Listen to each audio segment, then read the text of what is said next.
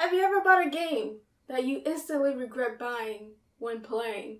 But like a new car, once you take it out of the lot, it is devalued. So you can't go return it or anything, and if you trade it in, it's probably going to be like 2 pennies at GameStop, so you're stuck with it. Or you could just donate it to the library, that would be nice. But you instantly regret it because then you look at your wallet and you feel the pain. You feel the 60 bucks gone. Stop looking at me like that, Tom Nook. Leave me alone. I'm not a money tycoon like you. I don't own islands. Anyways, with summer here, we have a plethora of new games coming out. This video is actually about the games I regret buying. So now I know in the future what to look out for, because $60 is a lot, and sometimes $70. Now, a few disclaimers. One, not necessarily these games are full price or I bought them full price. It's just I don't like them. Two, if you like the games on the list, I'm not trying to jab at you or anything. And number three, let me know your list in the comments down below. Hi guys, it's Mandy from Mandyleeplays, and let's get started with this list. I don't get review copies like often. I've only gotten 2. So when I buy a game, I do my research and due diligence, but sometimes I get burnt. Now, first on the list is Mario sports games. I don't know what about them, but they're not worth $60, and I regret, especially Mario Tennis Aces, because I was actually really excited for this one. And they added really nothing to the DLC. The single player mode was boring, and it's just like, why did I pay $60 to play tennis? And then same goes for Mario Golf Super Rush. We had fun with it for a few streams, but then it kind of died down really bad. And they added new maps like New Donk City, but it's a golf game. They didn't even add mini golf. The audacity of that. The audace. Not worth 60 bucks either. Now, as in the making of this video, we have Mario Strikers Battle League. I don't really know how to feel about it because it has potential. Be it because it's really hard to master and get into it. Get him, Batman! Get him! Go! Oh, no. Oh! We got it!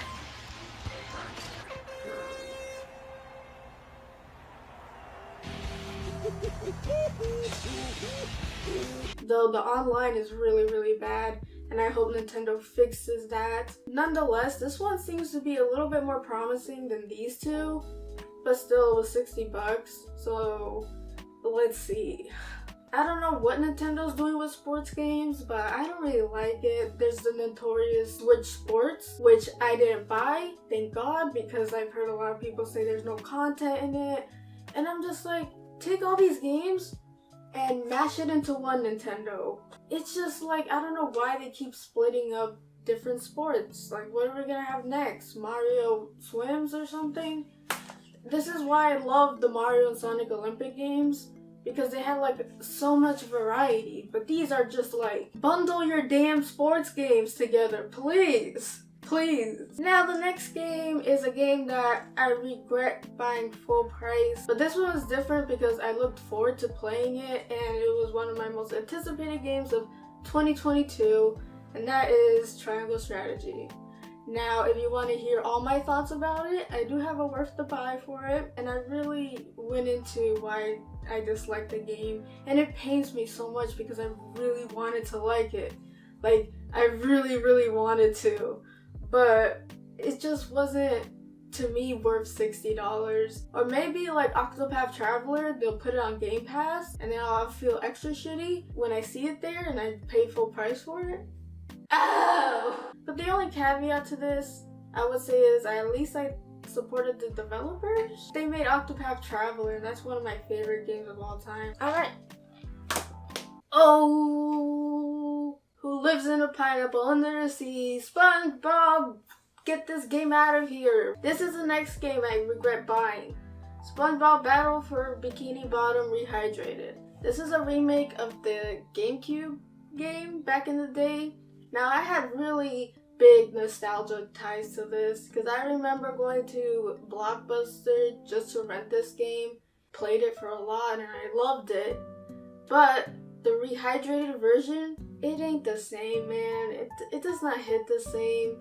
And besides the nostalgia, the game runs like garbage on the Switch. If anything, I should have gotten it on the PlayStation. While this game does have its funny moments and it brings me back, it's a game I regret buying because it's clearly a nostalgia bait game and not a good one at that either. Game on the list is Pikachu. New Pokemon Snap. Now, this wasn't really a nostalgia bait for me like SpongeBob because I never played the original Pokemon Snap, but I was really excited because a lot of people liked it and it was one of their best childhood Pokemon spin-offs and stuff. So I was really excited, but the game is kind of boring. I mean, it has that little edge of competitiveness, trying to get a good picture, but once you do a few routes, you're just like kind of boring. And I know a lot of people just put this game down. I think people just wanted a new Pokemon Snap because it was like something in the past and nostalgia and all that stuff. But once we got it, it wasn't like as fun kind of vibe. That's what I think. That's my theory. Tell me your theories in the comments down below. Do you still play this game? But for someone like me who just started Pokemon Snap, it's a okay game, but I find myself just like putting it down and barely remembering it. So $60? Kind of wasted in my opinion. And the professor scores your pictures very badly. Like, who is he to score my pictures? I could put him on Instagram and gets more likes than the professor did. So Pokemon Snap was not all that. Now, the last game on my list is Overcooked All You Can Eat. Now, this is a game that I bought for a specific reason, to play with someone that was my friend in the past, and I bought it so we could play all together because this game is heavy on the multiplayer, especially 4 people, so we had a whole crew going on together, but then, you know, stuff happened and I really was left with no one to play this game with. I tried to go in solo, but like I said, it's really heavy on the multiplayer and it wasn't fun. So it has no purpose for me because I can't play it by myself and enjoy it. But for now, it just sits on my shelf. So I regret buying this game, not just because of the game. The game is really fun and it's really good. So if you can get 4 people to play together, I recommend it. But I regret it because I don't have people to play with. And the lack of single player is kind of like, eh. Alright, so that is it for today's video.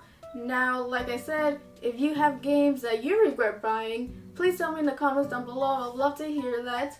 Hit that like button too. And if you're new or you haven't, please hit that subscribe button. We're on our way to 5K, so let's go. You can follow me on Twitter at Mandyleeplays. I hope you guys have a beautiful rest of the day. And as always, play a good game. Just not these. Peace.